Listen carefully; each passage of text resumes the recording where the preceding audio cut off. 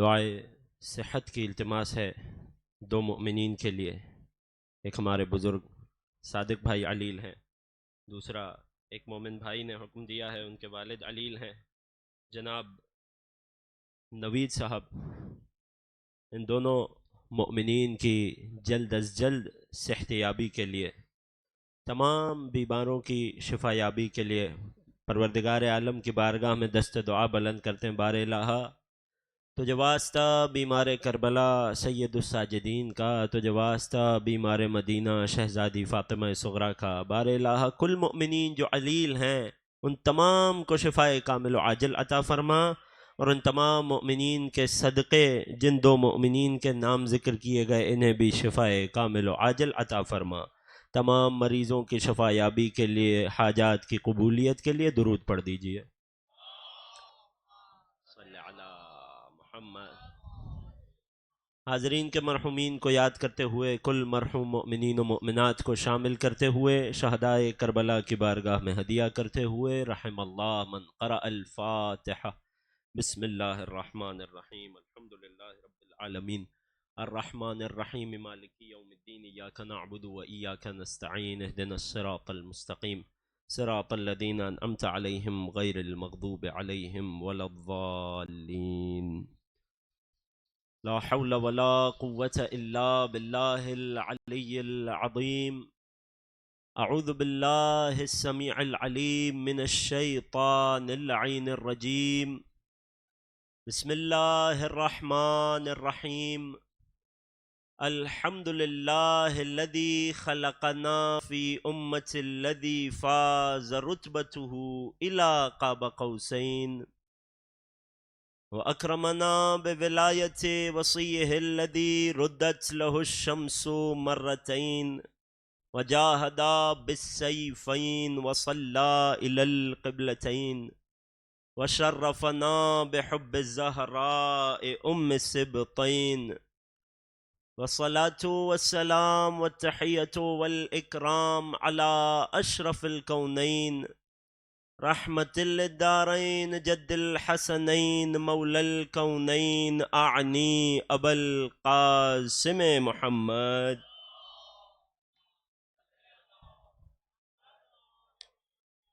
وعلى أهل بيته الأطيبين الأطهرين، رحمة الله على محبيهم، ولعنة الله على أعدائهم، ومنكري فضائلهم، وغاصبي حقوقهم أجمعين۔ أما بعد، فقد قال الله الحكيم في كتابه الكريم، بسم الله الرحمن الرحيم: ولقد نصركم الله في مواطن كثيرة ويوم حنين إذ أعجبتكم كثرتكم فلم تغن عنكم من الله شيئا وضاقت عليكم الأرض بما رحبت ثم وليتم مدبرين۔ صدق اللہ العلی العظیم۔ درود پڑھیے محمد و آل پر۔ آغاز مجلس ہے، اس سے بہتر صلوات ہدیہ کیجئے محمد اور آل پر۔ صلی علی محمد و آل۔ ابتدائی کلام آپ تمام حاضرین مجلس کی خدمت میں، سلام علیکم ورحمۃ اللہ۔ پروردگار کا لطف ہے، احسان ہے، انعام ہے ہم پر کہ پالنے والے نے ہمیں یہ شرف دیا ان ایام عزا کے صدقے، ان ایام عزا کی آمد پر، کہ ہم نبی اور آل نبی کو یاد کریں، نبی اور آل نبی کی بات کریں، اور اس بات کے ذریعے، اس یاد کے ذریعے اپنے دلوں کو نرم کریں، اپنے دامن کو گناہوں سے جھاڑ دیں، اور اہل بیت کے پیغام کو سمجھ کر اس پر عمل کرنے کی کوشش کریں۔ اللہ کی بارگاہ میں دعا کرتے ہیں، بار الہ زندگی بھر محمد و آل محمد کا ماننے والا رکھنا، بار الہ زندگی بھر محمد و آل محمد کی ماننے والا بھی رکھنا۔ تمام دعاؤں کی قبولیت کے لیے ایک اور درود پڑھ دیجئے۔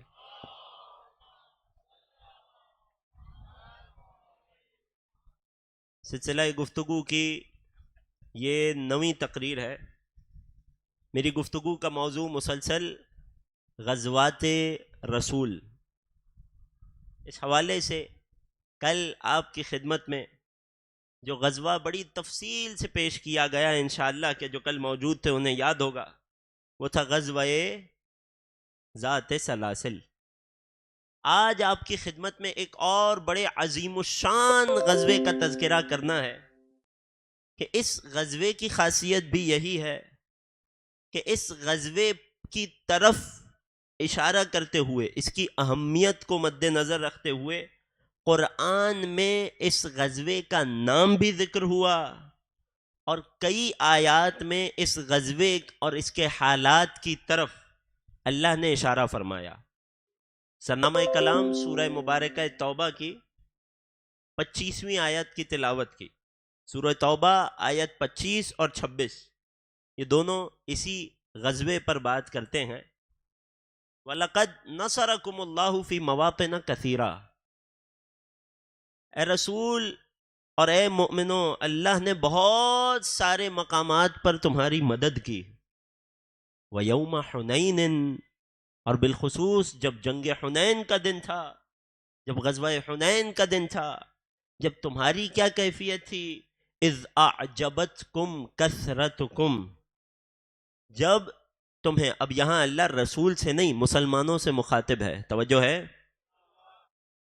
جب غزوہ حنین کے دن تمہیں تمہاری کثرت نے، تمہیں تمہاری تعداد نے، کوانٹٹی نے، زیادہ ہونے نے غرور میں ڈال رکھا تھا. فَلَمْ تُغْنِ عَنْكُمْ مِنَ اللَّهِ شَيْئًا، مگر کوئی بھی چیز تمہیں اللہ سے اور اس کی مدد سے بے نیاز نہ کر پائی. وَضَاقَتْ عَلَيْكُمُ الْأَرْضُ بِمَا رَحُبَتْ، اور زمین اپنی تمام تر وسعتوں کے باوجود تم پر کم پڑنے لگی، تمہارے لیے تنگ ہو گئی. قرآن کی آیت پڑھ رہا ہوں عزیزوں. ثُمَّ وَلَّيْتُمْ مُدْبِرِينَ، پھر تم پیٹھ موڑ کر بھاگ گئے. ثُمَّ أَنزَلَ اللَّهُ سَكِينَتَهُ، یہاں سے اگلی آیت کا اور اسی غزوے کے کچھ اگلے معالم کی طرف اشارے کا آغاز ہوتا ہے. میں کیا کروں کہ میں آج نویں تقریر آپ کی خدمت میں پیش کر رہا ہوں، اور ان گزشتہ 8 دنوں میں، اور یقین جانیے کہ آج کے دن بھی، روزانہ ہی ہم ایک نئے غزوے، نئی جنگ، ایک نئے تاریخی واقعے پر بات کر رہے ہیں. روزانہ ہی ہم قرآن کی کچھ الگ آیات کی طرف نشاندہی کر رہے ہیں، حتیٰ کہ روزانہ سرنامہ کلام میں بھی الگ آیت کی تلاوت ہو رہی ہے.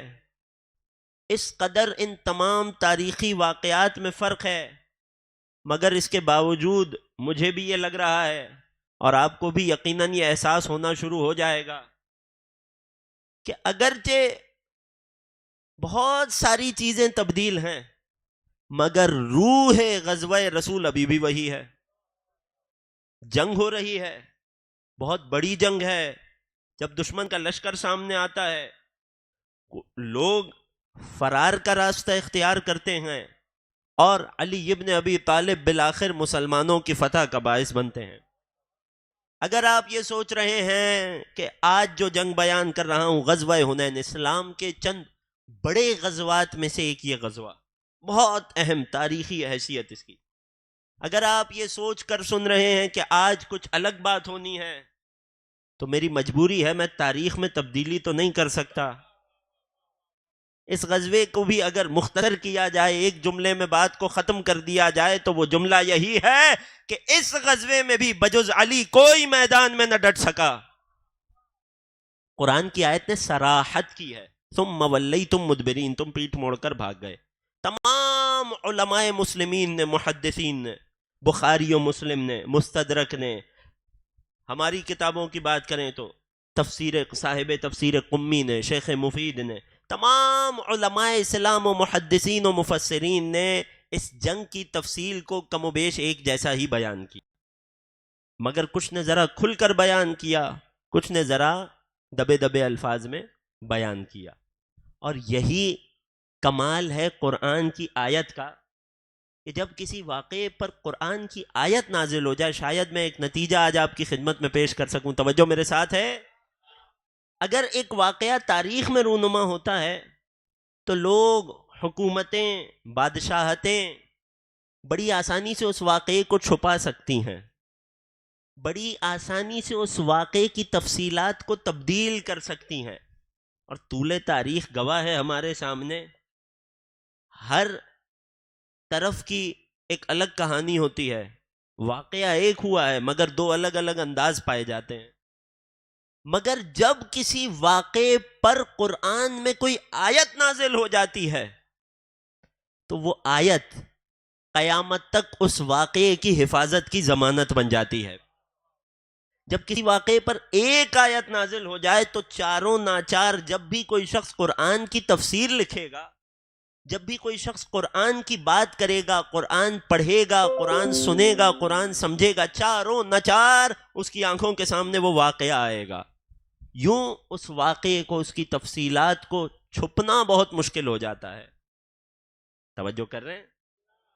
یہی وجہ ہے نا کہ جب واقعہ غدیر ہوا تو ایک نہیں، لگاتار 3 آیتوں نے اس تاریخی واقعے کو گھیر لیا، ایک واقعے سے پہلے، ایک واقعے کے درمیان اور ایک واقعے کے اختتام پر، تاکہ وہ واقعہ جو تینوں جانب سے قرآنی آیتوں کے حصار میں ہو، دنیا جتنا چاہے اسے چھپا نہ پائے گی۔ جنگ حنین بھی اسی طرح، قرآن نے کھل کر بہت سارے حقائق کو بیان کیا۔ آئیے تاریخی پس منظر سے بات کا آغاز کرتے ہیں تاکہ ہمارے نوجوان دوستوں تک، کم سن بچوں تک اس منبر کے صدقے صحیح سیرت رسول پہنچ جائے۔ آمادہ ہیں تو ابتدا سے آخر تک نبی کی عظمت پر ایک درود پڑھ دیجئے۔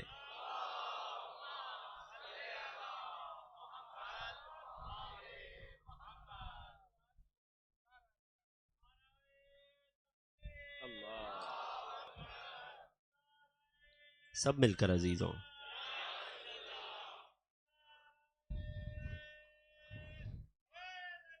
یا علی مشکل۔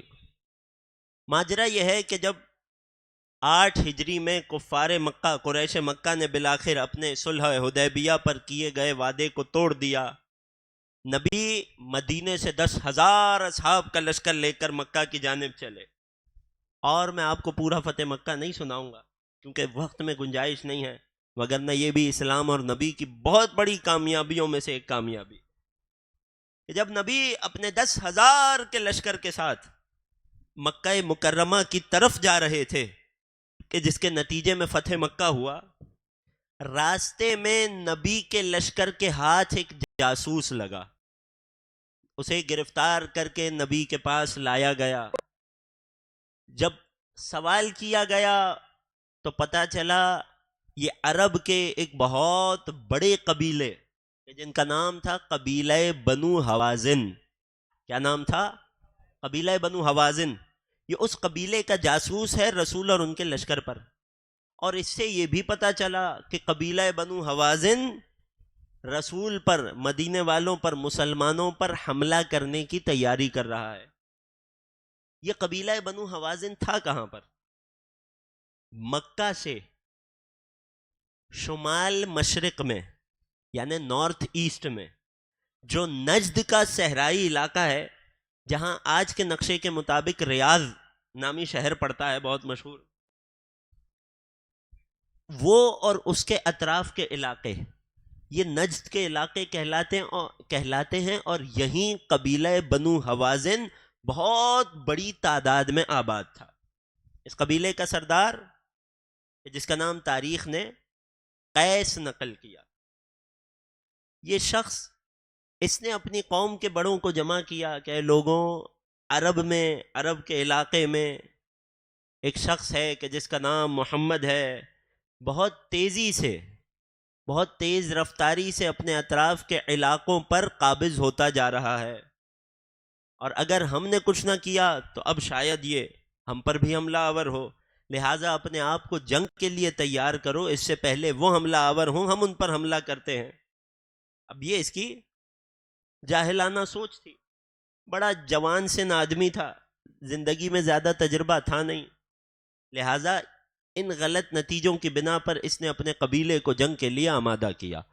ادھر رسول نے اس کے جاسوس کو گرفتار رکھا، دوبارہ لوٹنے نہ دیا، بلکہ اپنے لشکر میں سے ایک شخص کو جاسوس بنا کر قبیلہ بنی حوازن بھیج دیا اور خبروں کے انتظار میں رہے۔ اس دوران رسول مکہ پہنچے ہیں۔ مکہ میں رسول نے مکہ کو فتح کیا ہے۔ کفار مکہ، قریش مکہ نے اپنے اسلحے کو رسول کے سامنے ڈھیر کر دیا ہے، اور رسول نے وہ سارے تاریخ ساز اعلان کیے کہ جو کوئی اپنے گھر کے دروازے کو خود پر بند کر لے وہ بھی امان میں ہے، جو کوئی ایک شخص کے گھر جمع ہو جائے وہ بھی امان میں ہے، جو اسلام لے آئے اور خانہ کعبہ کے حرم میں آ جائے وہ بھی امان میں ہے۔ پھر اس کے بعد رسول اللہ نے اللہ کے گھر کو ید اللہ کی مدد سے بتوں سے پاک کیا۔ رسول نے مکہ میں تمام تر نظام اور امور اپنے ہاتھوں میں لیے۔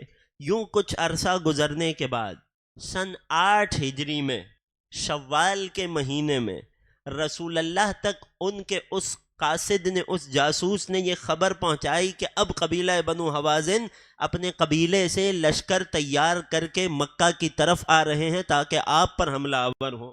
اور فقط اتنا نہیں، انہوں نے مکہ کے قریب بسنے والے شہر کہ جس کا نام طائف ہے، بہت خوبصورت علاقہ، بڑا سرسبز علاقہ، اس طائف شہر میں، اس طائف علاقے میں آباد بہت بڑے قبیلے، قبیلہ بنو ثقیف، اس قبیلے کو بھی اپنے ساتھ ملا لیا ہے، اور یہ دونوں بہت بڑے قبیلے ہزاروں کا لشکر لے کر آپ پر حملہ آور ہونے آ رہے ہیں۔ جواب میں رسول نے بھی لشکر کو تیار کرنا شروع کیا۔ جب لشکر تیار کیا تو 10,000 کا وہ لشکر جو نبی مدینے سے اپنے ساتھ لائے تھے، اور 2,000 وہ لشکر کے جو مکے والے جنہیں نبی نے معاف کر دیا تھا، جنہیں طلقاء کہا جاتا تھا، جنہیں نبی نے بخش دیا تھا، ان کو بھی اپنے لشکر میں شامل کیا۔ چاروں ناچار وہ شامل تو ہو گئے۔ اب نبی 12,000 کا، کتنا؟ 12,000 کا لشکر لے کر مکے سے نجد کے علاقوں کی طرف چلے ہیں، قبیلہ بنو حوازن کے علاقے اور ان کی زمین کی طرف چلے ہیں۔ یہاں پر رسول کے پاس ایک بہت، تاریخ نے نام لکھا، ایک صحابی آیا اور اس نے لشکر کی کثرت کو دیکھتے ہوئے ایک عجیب جملہ کہا لن تغلب علی ہذہ الکثرہ، اتنی بڑی تعداد کو کوئی ہرا نہیں سکتا۔ نبی پر ان صحابی کا یہ جملہ بہت گراں گزرا۔ کیوں؟ کیونکہ نبی ہمیشہ ہر جنگ میں، ہر موقع پر اپنے اصحاب کو سمجھاتے رہے تھے، اور یہ آج کی مجلس کا پیغام سمجھ کے اٹھیے گا۔ اور کربلا کے پیغامات میں سے بھی ایک بہت بڑا پیغام اور اشارہ یہی ہے کہ خبردار، جنگیں کبھی اپنی کثرت سے جیتی نہیں جاتی اور کبھی اپنی قلت سے ہاری نہیں جاتی۔ جنگ میں انسان کا کام ہے اللہ کی راہ میں جنگ کرے، پورے خلوص سے، پوری طاقت سے جنگ کرے، اللہ اور اس کے رسول کے امر کے عین مطابق جنگ کرے، اور جہاں تک نتیجے کی بات ہے تو نتیجے کو اللہ پر چھوڑ دیا جائے۔ اور یہی تو توکل کی تعریف ہے۔ وَمَن يَتَوَكَّلْ عَلَى اللَّهِ فَهُوَ حَسْبُهُ، جو اللہ پر توکل کرتا ہے اللہ اس کے لیے کافی ہو جاتا ہے۔ توکل کہتے کسے ہیں؟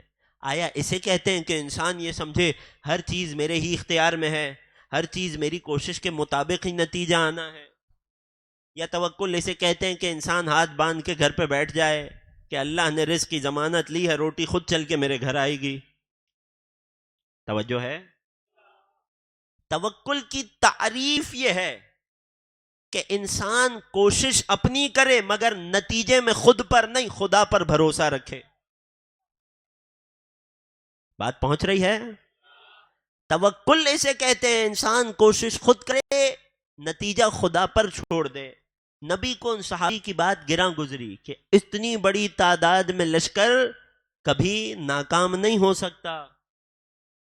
کیوں؟ کیونکہ یہ تمام لوگ وہ تھے کہ جو رسول اللہ کے ساتھ جنگ بدر دیکھ چکے تھے، کہ جہاں مسلمان اپنی قلت، کم تعداد ہونے کے باوجود اللہ کی مدد سے جیتے تھے۔ نبی پر یہ بات گراں گزری۔ اس وقت سورہ توبہ کی یہ آیت نازل ہوئی کہ اللہ نے اس سے پہلے بہت سارے مقامات پر تمہاری مدد کی ہے، جبکہ حنین کے دن تمہیں تمہاری کثرت اور تعداد غرور میں مبتلا کر رہی تھی. فلم تغن عنکم من اللہ شیئا، خبردار اللہ سے تمہیں کوئی چیز بے نیاز نہیں کر سکتی، چاہے تعداد میں کتنے زیادہ ہو، چاہے اسلحہ کتنا طاقتور ہو. توجہ کر رہے ہیں؟ بات پہنچ رہی ہے. فلم تغن عنکم من اللہ شیئا، یہ آیت نازل ہوئی. اب بات آگے بڑھی. رسول اپنا لشکر لے کر چلے ہیں. لشکر میں دو طرح کے پرچم ہوا کرتے ہیں. ایک کہلاتا ہے رعیہ. کیا کہلاتا ہے؟ رعیہ.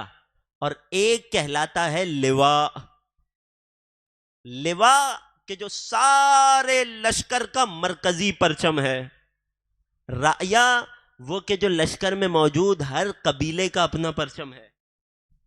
جہاں تک اس جنگ میں رعیات کی بات ہے تو مدینے سے جو 10,000 کا لشکر چلا تھا، ان لشکر میں جتنے قبائل تھے ہر قبیلے کا پرچم اس قبیلے کے سردار کے ہاتھ میں تھا. نبی نے وہ سارے پرچم انہی سرداروں کے ہاتھ رہنے دیے. مگر جہاں تک لواء کی بات تھی، جہاں تک لشکر اسلام کے مرکزی پرچم کی بات تھی، تو نبی نے اس کے لیے ید اللہی ہاتھوں کا انتخاب کیا. مورخین نے لکھا فَأَبْقَى الرَّعْيَاتَ إِلَىٰ أَهْلِهَا، رسول نے تمام جو قبیلوں کے پرچم تھے وہ قبیلے کے سرداروں پر رہنے دیے. وَأَعْطَى اللِّوَاءَ لِعَلِيِّ بْنِ أَبِي طالب، اور جو سب سے بڑا پرچم تھا لشکر کا وہ علی ابن ابی طالب کے حوالے کیا. علی لشکر کے آگے آگے ہیں، نبی قلب لشکر میں ہیں، درمیان لشکر میں ہیں. یوں کہیے کہ لشکر کے آگے بھی نفس رسول ہے، لشکر کے درمیان میں رسول ہے. اس کیفیت میں نبی مدینے سے نکلے ہیں اور قبیلہ بنی حوازن کی طرف چلے ہیں. توجہ میرے ساتھ ہے. اب یہاں جنگ کا آغاز ہونے لگا ہے، گفتگو اگلے مرحلے میں داخل ہو رہی ہے. اگر توجہ میرے ساتھ ہے تو ابتدا آخر تک ایک اور درود پڑھ دیجئے.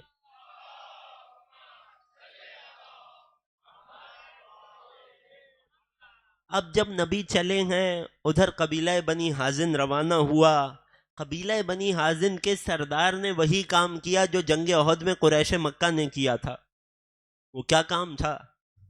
کہ تاکہ لشکر والے پہلوان ڈٹ کر لڑیں، لہٰذا ان کے ساتھ ان کی اولادوں، ان کے گھر والوں، ان کے مال مویشی کو بھی لایا گیا، تاکہ ہر شخص اپنے گھر والوں کی حفاظت کی خاطر جنگ میں ڈٹا رہے. اور یہ بھی اس جوان سردار کی کہ جو قبیلہ بنی حوازن کا سردار تھا، اس کی ایک حماقت تھی. اب جنگ میں لے کر تو آ گیا. یہ لوگ جمع ہوئے اپنے علاقے اور طائف کے درمیان ایک وادی میں کہ جس کا نام تھا وادی حنین. کہ جس علاقے میں یہ وادی تھی اس علاقے کا نام اوتاس، مورخین نے لکھا. اس وادی حنین کی ایک خاصیت تھی کہ وادی گہری بھی تھی اور بہت چھوٹے چھوٹے راستوں پر محیط تھی. بڑے پتلے پتلے سے راستے اس وادی میں بنے ہوئے تھے. قبیلہ بنی حوازن نے یہ کیا کہ لشکر اسلام کے پہنچنے سے پہلے اپنے لوگوں کو حکم دیا کہ اس وادی میں جتنی چھپنے کی جگہ ہیں ان تمام کو تم اپنا لو، اور لشکر اسلام جو ہی اس وادی میں اترے تو ایک مرد کی طرح چاروں جانب سے اچانک یکمشت ان پر حملہ آور ہو جانا. ادھر جب رسول کا لشکر وادی حنین میں اترا ہے تو لشکر کے وادی میں اترتے ہی لوگوں نے روایت کی ہے، ہمیں ایسا لگا کہ ایک ہی مرد نے ہر طرف سے ہم پر حملہ کر دیا ہے. یوں جنگ کا آغاز ہوا. اب جب چاروں جانب سے رسول کا اتنا بڑا لشکر ہے، 12,000 کا لشکر ہے، جب چاروں جانب سے حملہ ہوا تو قرآن کی آیت کہتی ہے وَضَاقَتْ عَلَيْكُمُ الْأَرْضُ بِمَا رَحُبَتْ، زمین اپنی وسعتوں کے باوجود تمہارے لیے بڑی تنگ ہو گئی، تمہیں کہیں بچنے کی جگہ راہ فرار نہیں مل رہی تھی. اب کیا ہوا؟ تمام مورخین نے اس بات کو لکھا ثم ولیتم مدبرین کے ذیل میں کہ پھر تم پیٹھ موڑ کر بھاگنے لگے. رسول کے لشکر کی، 12,000 کے لشکر کی، سب سے پہلے وہ جو 2,000 کا طلقاء کا لشکر تھا جو مکے سے نبی کے ساتھ آیا تھا، ان میں کسی نے آواز لگائی والعیاذ باللہ الان بطل السحر، آج یہ جادو باطل ہو جائے گا، والعیاذ باللہ. اور ادھر یہ طلقاء کا 2000 کا لشکر یہ پیچھے ہٹنے لگا، اور انہیں دیکھ کر جو مدینے سے 10,000 کا لشکر نبی کے ساتھ آیا تھا اس میں سے بھی اکثریت پیچھے ہٹنے لگی.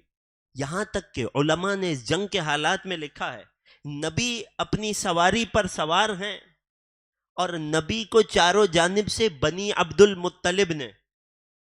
المطلب کی آل اولاد نے گھیر رکھا ہے، اور اصحاب انصار و مہاجرین دوڑ کر پیچھے ہٹ رہے ہیں. نبی قلب لشکر میں تھے نا، تو جب آگے سے لوگ پلٹ کر پیچھے بھاگنے لگے تو سب لوگ نبی کے پاس سے سرہانے سے گزر رہے تھے، مگر لم یولو الیہ، راوی کہتا ہے کسی نے نبی کی طرف نگاہ تک نہ کی. یہاں تک کہ رسول اللہ پر غضب طاری ہوا ان لوگوں کی اس جنگ میں بھی اس حالت کو دیکھ کر. یہاں تک کہ علماء نے لکھا رسول اللہ اپنی سواری پر سوار تھے اور اپنی تلوار نکال کر ہوا میں بلند کر کے بھاگنے والوں کو بلا رہے تھے. انا النبی لا کذب انا ابن عبد المطلب، یہ نعرہ رسول کی زبان پر تھا، میں اللہ کا مطلب کا لال ہوں. لیکن جب فائدہ نہیں ہوا، نبی نے حضرت عباس اپنے چچا کو حکم دیا کہ عباس ذرا کسی ٹھیکری پر بلند ہوئیے. حضرت عباس ان کی آواز بڑی معروف تھی، بڑی گرجدار، بڑی اونچی اور دور تک پہنچنے والی آواز رکھتے تھے. اے عباس ان لوگوں کو میری مدد کے لیے بلائیے. عباس بلند ٹیکری پر چڑھے ہیں اور عباس نے واپس پلٹنے والے مہاجرین و انصار کو دوبارہ نبی کی مدد کی طرف بلانا شروع کیا. اے انصار و مہاجرین تمہارے درمیان اللہ کے رسول ہے.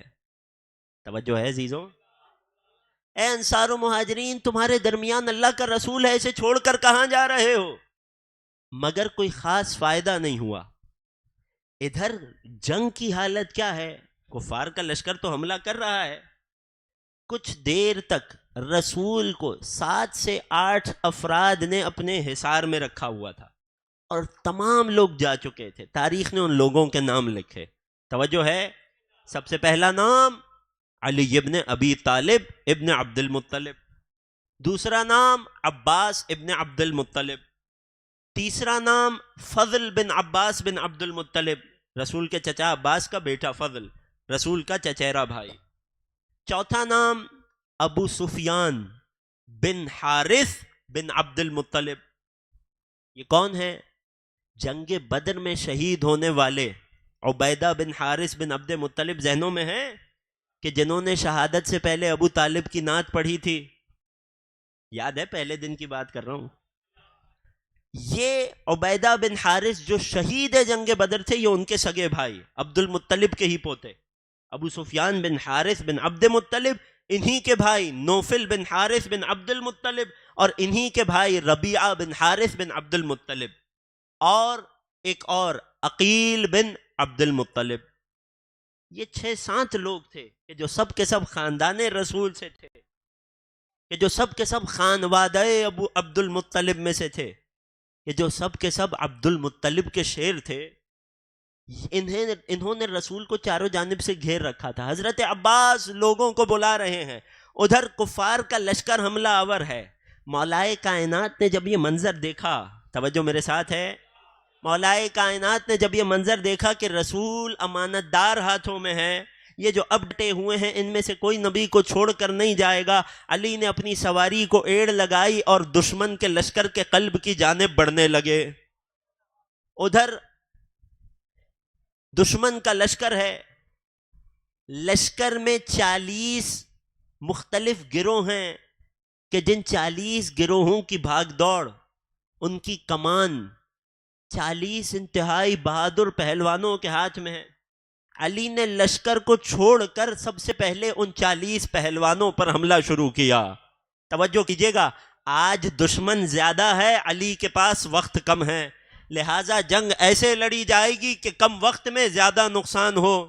لہٰذا مؤرخین نے لکھا ہے کہ علی ایک ایک پہلوان کی طرف بڑھتے تھے، لشکر کو علی منہ نہیں لگاتے تھے، علی فقط لشکر کے سپہ سالاروں کی جانب بڑھتے تھے اور ایک ایک سپہ سالار پر ایک ایک ضربت کا وار کرتے تھے. کبھی میمنے کی جانب بڑھتے تھے، وہاں کے سردار پر وار کرتے تھے، کبھی میسرے کی جانب اٹھتے تھے، وہاں کے سردار پر وار کرتے تھے. یوں تنہا تاریخ نے لکھا ہے، تمام تر مورخین نے، تنہا علی ابن ابی طالب میدان میں جنگ کر رہے تھے،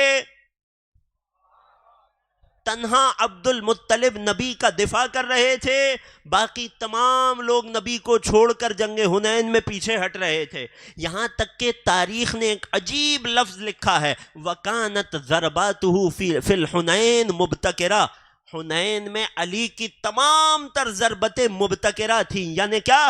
علی نے حنین میں جتنے حملے کیے، ہر حملہ ایسا تھا کہ جس حملے میں علی کو ایک بار تلوار چلانے کے بعد دوسری بار حملہ کرنے کی ضرورت نہ ہوتی.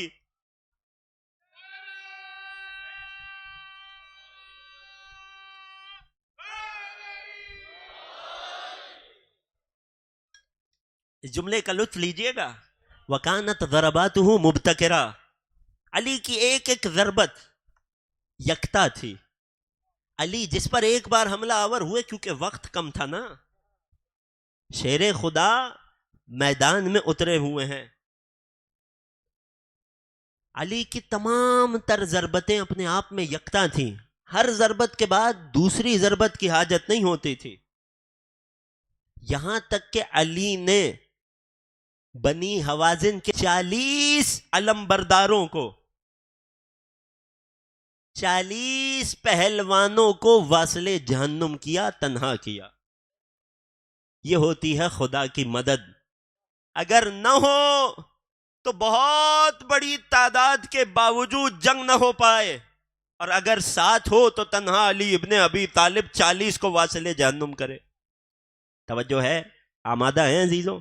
مجھے موسم کا اندازہ ہے، مگر آپ نے اپنی توجہ میرے ساتھ رکھنی ہے. ادھر علی ضربے لگا رہے ہیں، تاریخ کہتی ہے علی نے 40 ضربے لگائی ہیں، اور 40 کی 40 قاتل نہیں. ہر ضربت کی کیفیت یہ تھی کہ سر پہ پڑتی تھی اور گردن تک اتر جاتی تھی. ہر ضربت ایک ہی مثل تھی. یہاں تک کہ بعد میں کوئی آ کر دیکھتا تو اسے ایسا لگتا کہ ایک ہی تلوار میں یہ سب مارے گئے. یہ علی کی ضربتیں ہیں. علی تھے لشکر کے ایک دم قلب میں، لشکر کے درمیان. چاروں جانب علی کی سواری غبار اڑا رہی ہے، علی اس غبار میں جنگ کر رہے ہیں. جناب عباس فرماتے ہیں، میں نے اپنے بیٹے فضل سے پوچھا علی کہاں ہیں؟ اور پھر میں نے آگے ایک جملہ کہا کہ وہ علی کہ جو بدر سے لے کر خندق و خیبر تک ہر میدان میں نبی کے ساتھ ڈٹا رہا، آج اسے کیا ہو گیا؟ مجھے کیوں دکھائی نہیں دے رہا؟ مجھے کیوں دکھائی نہیں دے رہا؟ کہتے ہیں میرے بیٹے فضل نے مجھے فرمایا، اے بابا ذرا آرام سے، میں دور دشمن کے لشکر کے درمیان علی کو لڑتے ہوئے دیکھ رہا ہوں. عباس نے اپنے بیٹے سے فرمائش کی، ذرا اشارہ کر کے بتا، معین کر کے بتا، نشانی بتا کہاں ہے.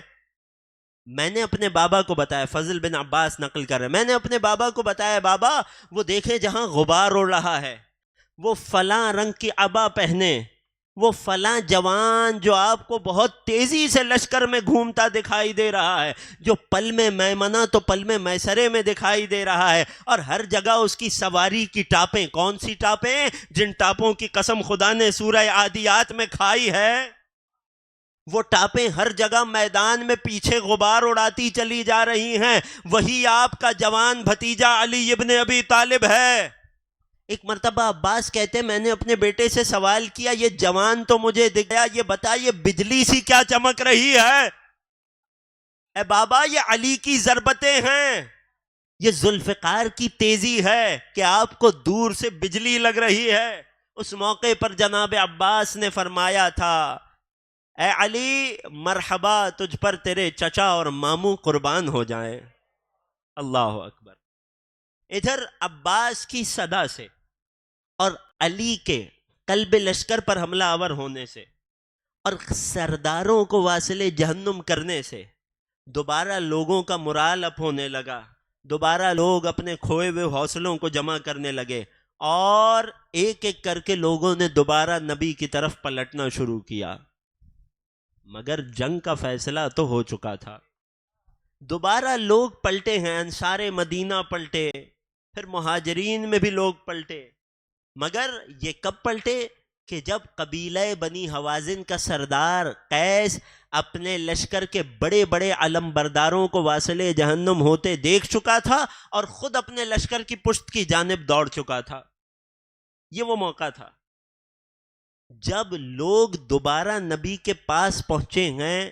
اب لوگ نقل کر رہے ہیں، اصحاب نقل کر رہے ہیں، جب ہم دوبارہ پلٹے نبی کی طرف تو ہم نے دیکھا نبی کے سامنے بنو حوازن کے کچھ اسیر قیدی بنا کر پیش کیے جا چکے تھے۔ سوال یہ ہے کہ جب سب لشکر سے پیچھے تھے تو انہیں اسیر کس نے بنایا؟ تاریخ خاموش ہے، مگر جنگ چیخ چیخ کر پکار رہی ہے کہ سوائے علی ابن ابی طالب کوئی نہ تھا۔ میں نے عرض کیا تھا نا کہ اب تو ایسا محسوس ہوتا ہے ہر جنگ میں ایک ہی بات۔ کیا ایک ہی جنگ ہوئی تھی جس کے اتنے نام ہیں؟ نہیں عزیزوں، یہ جنگیں ویسے ہی تھیں جیسے ہم نے عرض کی، مگر ہم کیا کریں کہ ہر جنگ میں تنہا علی لا فتح۔ ایک درود پڑھیے مولا کی عظمت پر۔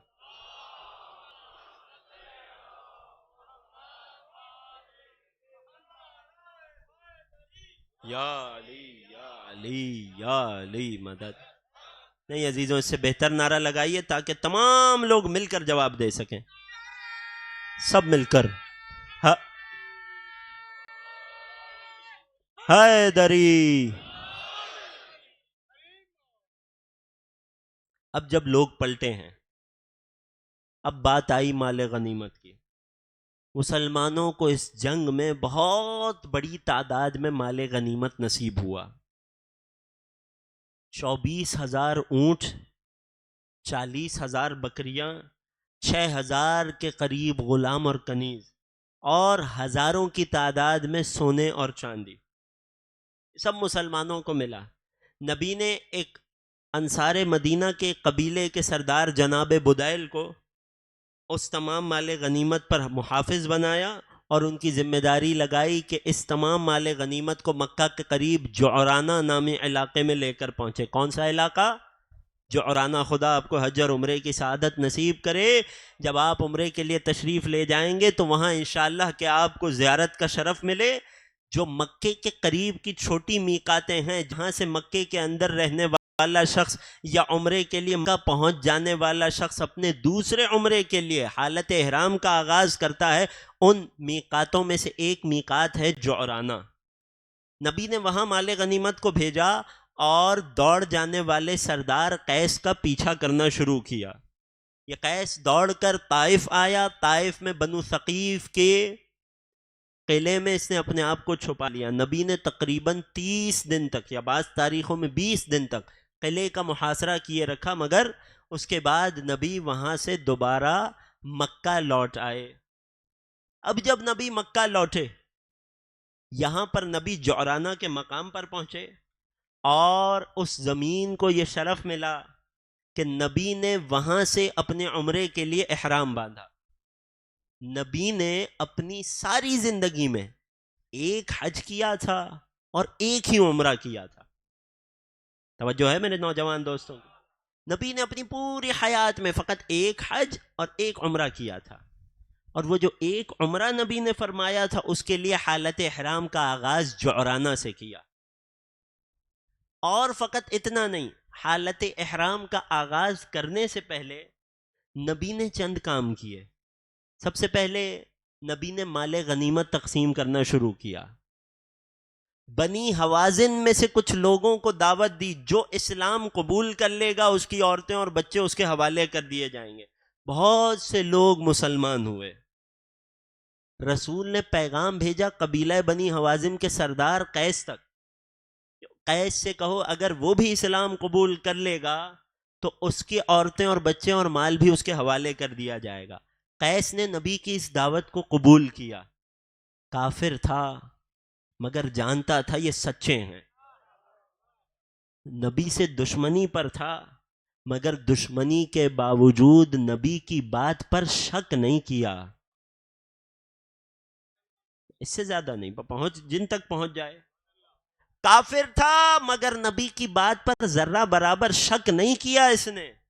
یہ نبی کے پاس آیا، مسلمان ہوا، نبی نے اس کے قبیلے، اس کا مال اسباب، اس کے خاندان والے اس کے حوالے کیے، اور اسی قبیلہ بنی حوازن پر، ان میں سے جو مسلمان ہو چکے تھے ان پر اسے دوبارہ سردار بنا دیا. یہ جنگ سے پہلے بھی سردار تھا، جنگ کے بعد بھی سردار تھا. توجہ کیجئے گا عزیزوں، شاید نتیجہ آپ تک پہنچ سکے. یہ قیس جنگ سے پہلے بھی قبیلہ بنی حوازن کا سردار تھا، جنگ کے بعد نبی نے بھی اسے قبیلہ بنی حوازن کا سردار بنا دیا. تو کیا میں کہہ سکتا ہوں کہ دونوں سرداری برابر ہیں؟ نہیں. تمام عالم اسلام کا جواب آئے گا کہ خود ساختہ اور ہوتا ہے، نبی کا بنایا ہوا اور ہوتا ہے.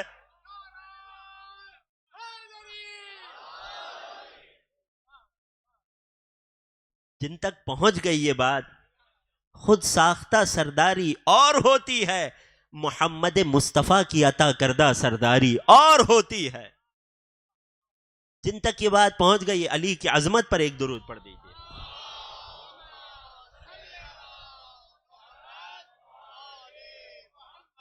یہ قیس نہ صرف مسلمان ہوا بلکہ تاریخ نے لکھا وَحَسُنَ إِسْلَامُهُ، اچھا مسلمان ہوا.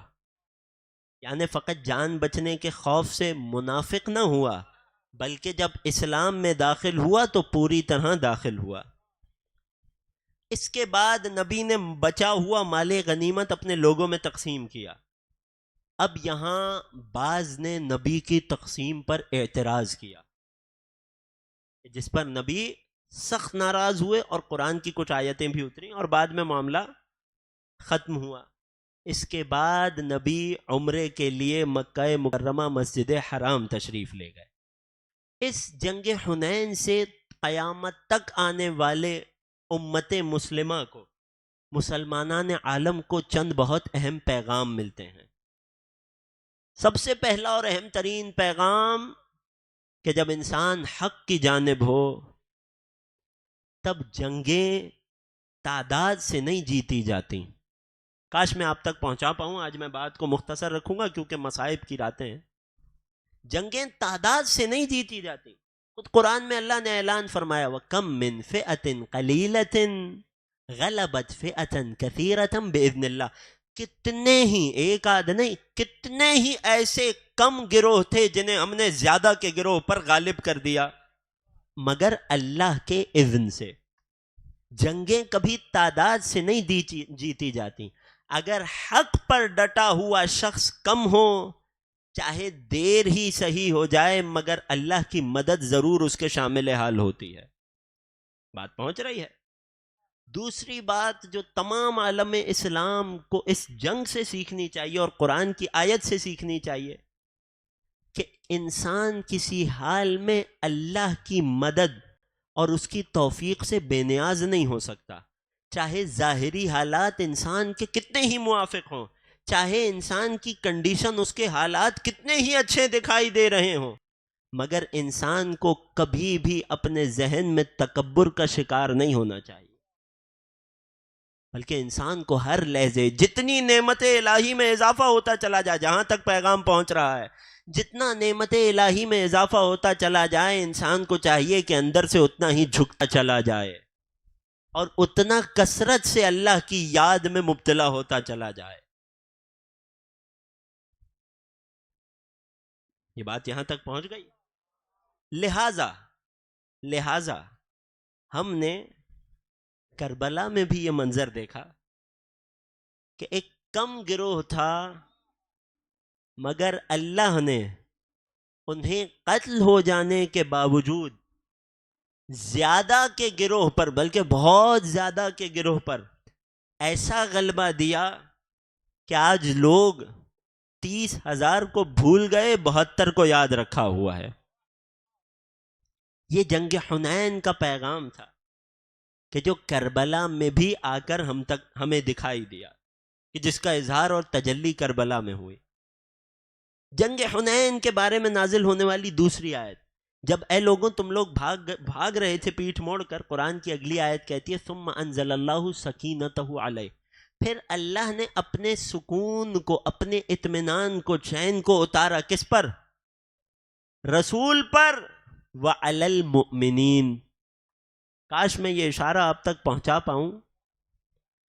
جب لوگ حالت خوف میں تھے، اللہ نے نبی پر بھی اطمینان اتارا، اور نبی کے ساتھ اس اطمینان میں لوگوں کو شریک بھی کیا، تو قرآن میں صراحت کی ثم انزل اللہ سکینتہ علیہ وعلی المؤمنین، پھر اللہ نے اپنے رسول پر اور جو مؤمنین تھوڑی سی تعداد میں جو رسول کے ساتھ تھے ان پر بھی چین اور اطمینان کو اتارا۔ وانزل جنودا لم تروها، اور ایسے لشکروں کو بھیجا کہ جنہیں تم نہ دیکھ سکے۔ وعذب الذین کفروا، اور کافروں کو عذاب اور سزا میں مبتلا کیا۔ جب بھی قرآن کی سنت ہے، جب بھی اللہ نبی پر سکینہ اور اطمینان نازل کرتا ہے، اگر نبی کے ساتھ کوئی ہے اور اللہ نے اس سکون میں اسے بھی شامل کیا ہے، تو قرآن کی آیت صراحت کر کے بتاتی ہے کہ نبی اور مؤمنین دونوں پر سکینہ اتارا۔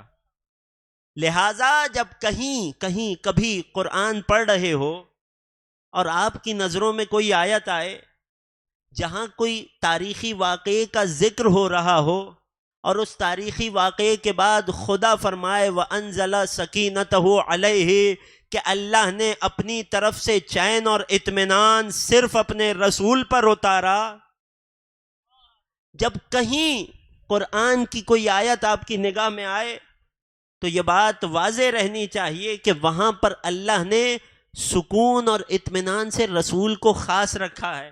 یہاں اللہ فرما رہا تھا کہ سکینہ رسول اور مؤمنین دونوں پر اترتا ہے۔ ایک درود پڑھیے رسول کی عظمت پر۔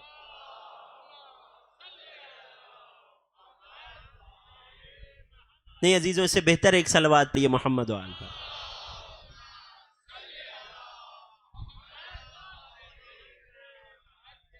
تو اب اگر رسول کے ساتھ کسی پر سکون اور اطمینان اترنے کی آیت میں صراحت نہ ہو تو یا تو خدا کی تقسیم پر سوال کیا جائے گا، یا جو سکون سے محروم رہے اس کے ایمان پر سوال کیا جائے گا۔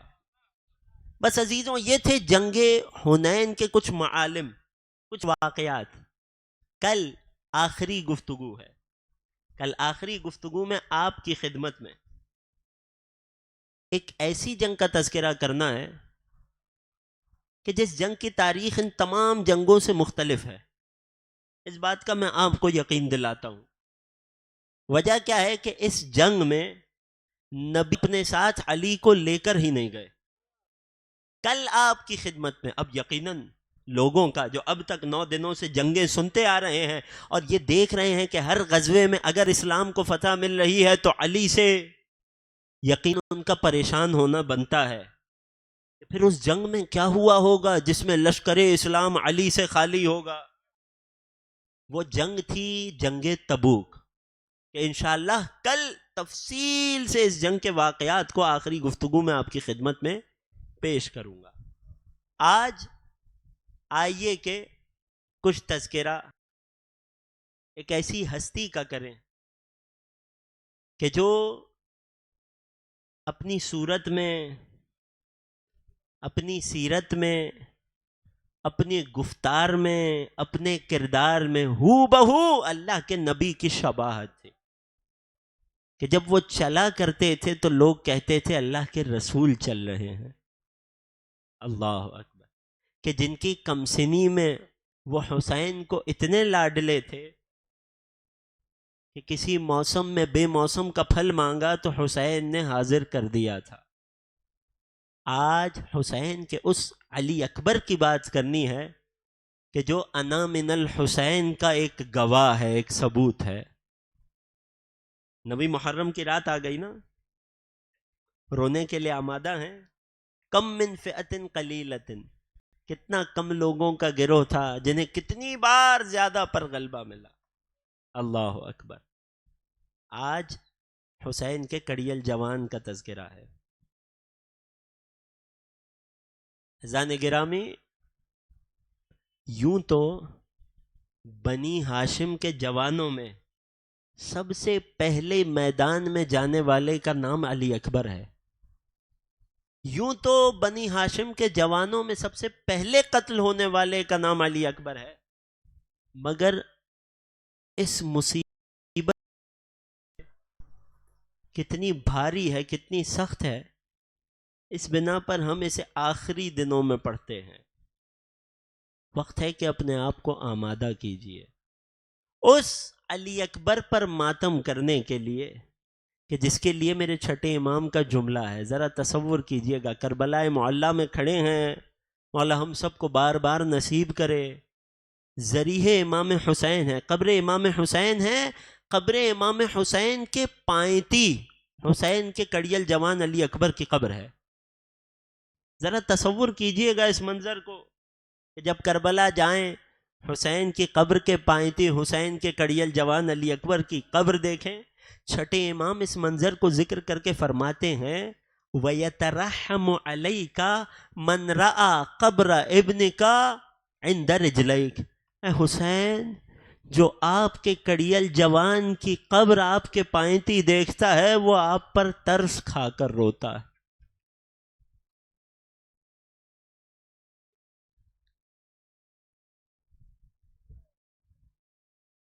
حسین کا کڑیل جوان، کیا رونے کے لیے فقط نام علی اکبر کافی نہیں ہے عزیز؟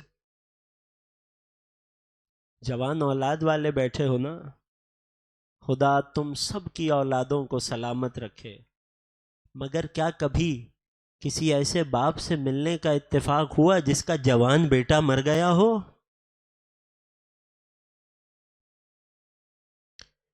انسان کی زندگی سے زندگی کے آثار مٹنے لگتے ہیں. انسان چل پھر رہا ہوتا ہے مگر دیکھ کر پتہ چلتا ہے اب اسے دنیا سے کوئی غرض نہیں ہے. علی اکبر روز عاشور حسین کے پاس تشریف لائے. بنی ہاشم کے جوانوں میں سب سے پہلے ہے نا. بابا، اب اصحاب باوفا مارے گئے، اب آل ہاشم کی باری ہے. میں چاہتا ہوں کہ آل ہاشم میں سب سے پہلے آپ کا لال قربان ہو. مقتل کے عجیب جملے ہیں. وہ حسین، جب بھی کوئی صحابی آتا تھا حسین اسے ٹھہرنے کا کہتے تھے، فوراً اجازت نہیں دیتے تھے. کاش یہ جملہ اب تک پہنچ جائے. مگر مقتل کہتا ہے استاذنا فاذنا، علی اکبر نے اجازت مانگی، حسین نے فوراً اجازت دے دی. کیا عجیب ہے حسین کا قلب. حسین نے فوراً اجازت دے دی. ہاں، ایک جملہ کہا، علی اکبر جا اپنی ماں سے اجازت لے کر آ، اجرکم علی اللہ. اکبر دوڑ کر جناب ام لیلہ کے خیمے میں داخل ہوئے. اے ماں، کیا رسول کے لال پر اپنے لال کو قربان کرو گی؟ اے علی اکبر جا، ام لیلہ نے تجھے حسین پر واری دیا، حسین پر قربان کیا. اکبر بڑے اطمینان سے اور بہت جلدی، بڑے کم وقت میں حسین تک پہنچے. اے بابا، میں نے ماں سے اجازت لے لی، ارباب مقاتل سے سنا ہے میں نے. حسین نے فرمایا اے علی اکبر، اس ماں سے نہیں،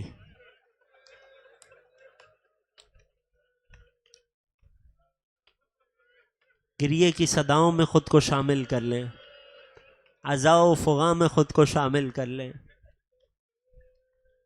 امام نے فرمایا ہے نا میرے جد حسین پر ایسے رونا جیسے بوڑھی ماں کڑیل جوان پر روتی ہے. ارے عزیزوں، آج تو کڑیل جوان کا ماتم ہے. اے علی اکبر، اس ماں سے نہیں جس ماں نے 18 سال پالا ہے. جا پھپھی زینب اولیاء سے اجازت لے. یہ علی اکبر کے لیے سخت وقت ہے. جیسے رونا نہ آ رہا ہو نا، کون ہو سکتا ہے جیسے علی اکبر کی مصیبت پہ رونا نہ آئے؟ پھر بھی اگر کسی کو رونا نہ آ رہا ہو، سر جھکا لینا احترام مصیبت میں. اے علی اکبر جا پھوپھی زینب علیا سے اجازت لے. اکبر جانتے ہیں یہ بڑا مشکل مرحلہ ہے. اکبر پھوپھی کے خیمے میں تشریف لائے اور ایسے آ کر پھوپھی کے زانوں پہ سر رکھ دیا جیسے کمسن بچہ ماں کی گود میں سو جاتا ہے. مجھے مکمل مصائب پڑھنے میں بڑے اطمینان سے پڑھوں گا، جسے جتنی توفیق، جتنی خیرات گریہ نصیب ہو. ایسے شہزادی کے زانوں پہ سر رکھا اور ایک کہنے لگے پھوپھی اماں ایک سوال لے کر آیا ہوں. اے بیٹا اکبر کیا سوال ہے؟ پھوپھی اماں آپ کا رتبہ زیادہ ہے یا ماں فاطمہ زہرا کا مقام زیادہ؟ چونک کر فرمایا اے بیٹا اکبر یہ کیسا سوال ہے؟ میری ماں فاطمہ زہرا کا مقام زیادہ ہے. آج اس جنگ کے میدان میں میری ماں کا نام کیوں لیتے ہو؟ کیا بات ہے؟ کہنے لگے اے پھوپھی اماں آج فاطمہ کے لال پر سخت وقت ہے، کیا اپنے لال علی اکبر کو قربان نہیں کرو گی؟ تڑپ کر کہنے لگے اے علی اکبر تجھ پر قربان کرنے کے لیے یہ زینب اپنے اونو محمد کو لائی ہے، مگر اگر کسی اور انداز سے پوچھا ہوتا میں کبھی اجازت نہ دیتی. جا فاطمہ کے لال پر قربان ہو جا، مگر اکبر ذرا ٹھہر جا، مجھے بیبیوں کو بلانے دے. اے اکبر بیبیوں کو تجھ سے ودا کرنا ہے. مقتل کے جملے ہیں فحطتہن من کل جانب. بیبیوں نے خیمے میں اکبر کو چاروں جانب سے گھیر لیا. فوج اشقیہ کا راوی کہتا ہے جب حسین کا کڑیل جوان اکبر خیمے سے باہر آ رہا تھا تو بار بار خیمے کا پردہ اٹھتا تھا اور بار بار کوئی نہ کوئی بی بی کبھی اکبر کے بازو سے تھام کر خیمے میں لے جاتی، کبھی اکبر کے کاندھے کو تھام کر خیمے میں لے جاتی. ارے ایک مرتبہ اکبر خیمے سے باہر آنے لگے تو کسی کمسن بچی نے کرتے کے دامن کو تھام لیا. کربلا کے شہیدوں میں اکبر تنہا وہ ہے کہ جب خیمے سے رخصت ہوا تو ایسے ہوا جیسے کوئی جنازہ گھر سے جاتا ہے. اجرکم علی اللہ، اجرکم علی الزہرا. سر کو پیٹ کے ماتم کر. اکبر بیبیوں سے رخصت ہوئے، اکبر بابا حسین کے پاس آئے. عزیزوں غربت حسین پڑھنے لگا. اکبر حسین کے پاس آئے. حسین نے اپنے لال کو سوار کیا. ایک مرتبہ اکبر مقتل کی طرف چلے ہیں. حسین نے آسمان کا رخ کیا اور بڑے عجیب انداز میں فرمایا اللہم اشہد علی ہؤلاء القوم قد برز الیہم غلام اشبہ الناس خلقا وخلقا ومنطقا برسولک. اے خدا تو اس قوم پر گواہ رہنا، اب ان کی جانب وہ جا رہا ہے جو اپنی خلقت میں، اپنے اخلاق میں، اپنے گفتار میں تیرے نبی کا مشابہ ہے. وَكُنَّا إِذَا اشْتَقْنَا إِلَىٰ زِيَارَةِ نَبِيِّكَ زُرْنَا. اے خدا جب ہمیں تیرے نبی کی زیارت کا اشتیاق ہوتا ہم علی اکبر کا چہرہ دیکھتے. اے خدا اس قوم پر گواہ رہنا. اکبر میدان جنگ کی طرف چلے. اطمینان سے سن رہے ہو نا عزیزوں؟ اکبر میدان جنگ کی طرف چلے ہیں. محسوس ہوا کوئی پیچھے پیچھے آ رہا. اجرکم علی اللہ. بڑے اطمینان سے، بڑے آرام سے، مجھے تفصیل سے پڑھنا ہے. اجرکم علی اللہ. کوئی پیچھے پیچھے آ رہا ہے. اکبر نے گردن کو موڑ کر دیکھا تو کیا دیکھا؟ بوڑھا باپ ہے، کربلا کی زمین ہے، گھٹنیوں کے اکبر سواری سے نیچے تشریف لائے، بابا کو زمین کربلا سے اٹھایا. بابا آپ سے اجازت لے کر جا رہا ہوں. عجیب غربت سے فرمایا. جوان بیٹوں کے والدین بیٹھے ہو نا، فرماتے ہیں اکبر اگر تیرا تو جیسا کوئی بیٹا ہوتا.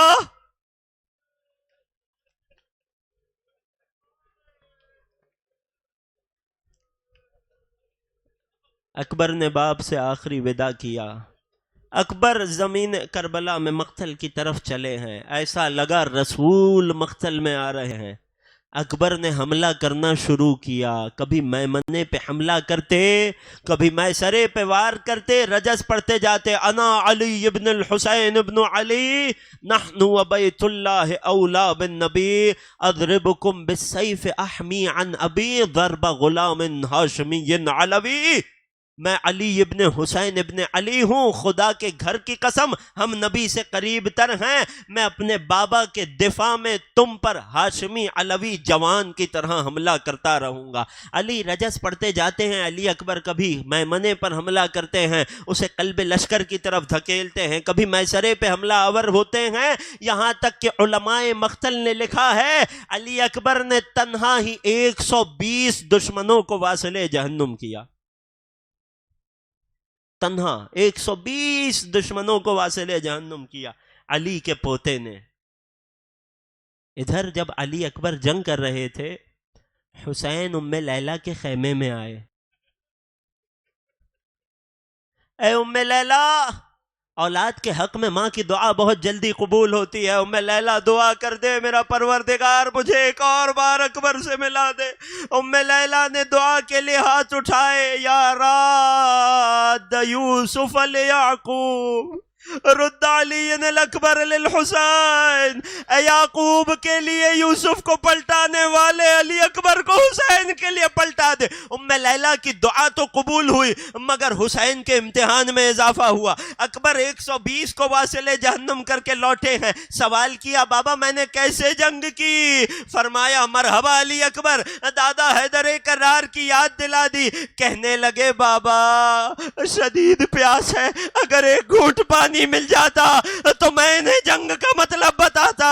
ہے کم سنی میں علی اکبر کو بے موسم کا پھل دینے والا حسین کربلا میں اتنا غریب ہو گیا، جوان ایک گھونٹ پانی مانگ رہا تھا مگر حسین کے پاس دینے کو نہیں ہے۔ اپنی انگشتری کو اتارا، اکبر کے دہن میں رکھا، اے اکبر جاؤ نانا حوض کوثر سے سیراب، اجرکم علی اللہ، اجرکم علی الزہرا۔ اب کی بار جو اکبر پلٹے ہیں، اب دوبارہ خیموں کی طرف لوٹنا نہ ہوگا، دوبارہ علی اکبر میدان جنگ میں اترے ہیں۔ علی اکبر نے پھر جدال و قتال شروع کیا۔ اب کی بار علی اکبر نے کل تقریباً 80 افراد کو واصل جہنم کیا، کل 200 دشمنان علی کو علی اکبر نے واصل جہنم کیا۔ جب دشمن نے بھانپ لیا اب علی کا پوتا میدان میں ہے، اسے ایک مقابل ایک میں نہیں ہرایا جا سکتا، آواز دی اسے چاروں جانب سے گھیر لیا جائے۔ چاروں جانب سے گھیرا گیا۔ حسین ابن نمیر وہ ملعون ہے، کہتا ہے میں علی اکبر کی سواری کی پشت پہ تھا، میں نے ایک نیزہ اٹھایا اور پشت علی اکبر میں پیوست کیا۔ اکبر نے اپنے آپ کو سواری پہ جھکایا۔ ایک مرتبہ دشمن چاروں جانب سے حملہ آور ہوا، علی کے بدن پر، علی اکبر کے بدن پر زخموں پر زخم آنے لگے، ایک مرتبہ زمین کربلا پر آنے لگے۔ ذرا اطمینان سے سننا عزیزوں، زمین کربلا پر آنے لگے۔ ایک مرتبہ بابا کو صدا دی،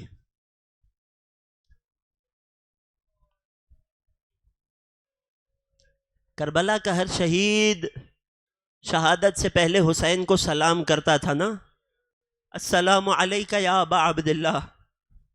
علی اکبر نے بھی حسین کو سلام کیا، مگر سلام کے جملوں کو بدل دیا۔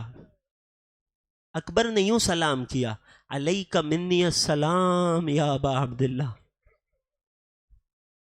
جانتے ہیں جملوں کو بدلنے کا مطلب کیا ہے؟ جب میں نے مقتل میں تحقیق کی تو جانتے ہیں کس نتیجے پہ پہنچا؟ سننا اور سر کو پیٹ کے ماتم کرنا۔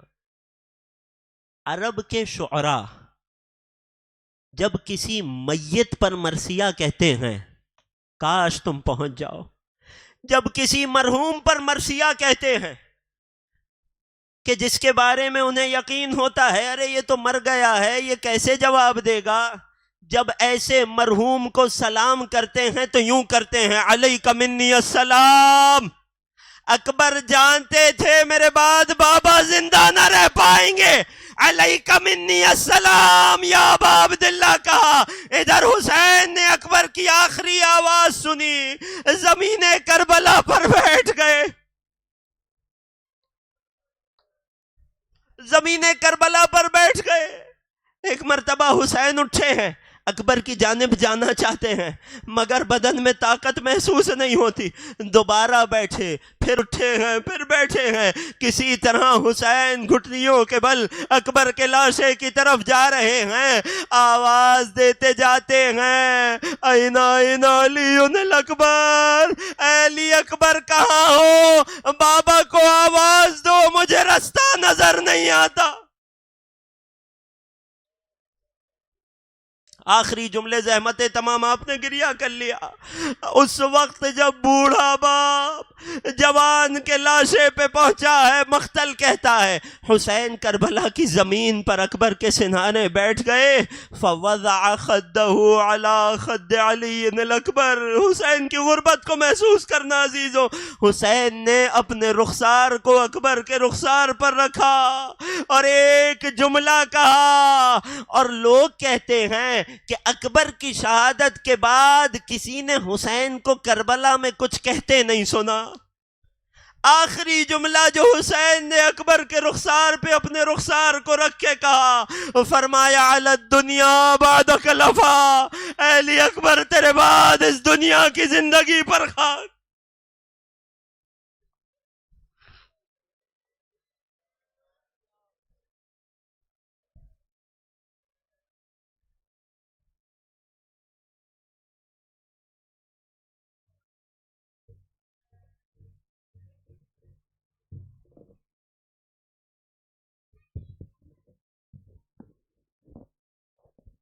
ماتم حسین